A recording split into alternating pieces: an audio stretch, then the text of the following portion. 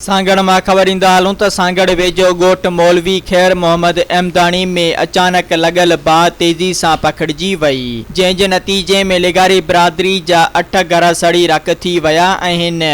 बाहि एतिरी शदीद हुई जो घरनि में पियल समूरो अनाज, कपड़ा, रोक रक़म ऐं ॿियो क़ीमती सामान सड़ी मिटी जो ढेर बणिजी वियो। इतला मिलण ते फायर ब्रिगेड जो अमलो वाक़े वारे हंधि पहुची वियो, पर बाहि जी शिदत वधीक हुअण सबबि अमले खे कंट्रोल करण में सख्त ॾुखियाईनि जो साम्हूं करणो पइजी रहियो आहे। फायर ब्रिगेड जे पहुचण बावजूद बाहि ते ज़ाब्तो न अचण करे ॻोठाणनि पंहिंजी मदद पाण तहत ॿियनि घरनि मां सामान कढण शुरू करे ॾिनो त जीअं वधीक नुक़सान खां बची सघिजे।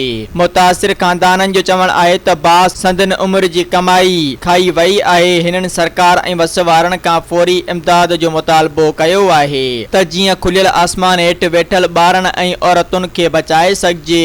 बाहि लॻण जो असल सबबु मालूम नाहे थी सघियो, जॾहिं त वधीक घरनि खे बाहि लॻण जो ख़दशो अञा ताईं बरक़रार आहे। सब्सक्राइब कयो अवामी न्यूज़ HD खे ऐं ताज़ा तरीन ख़बरुनि लाइ ॾिसंदा रहो अवामी न्यूज़ HD।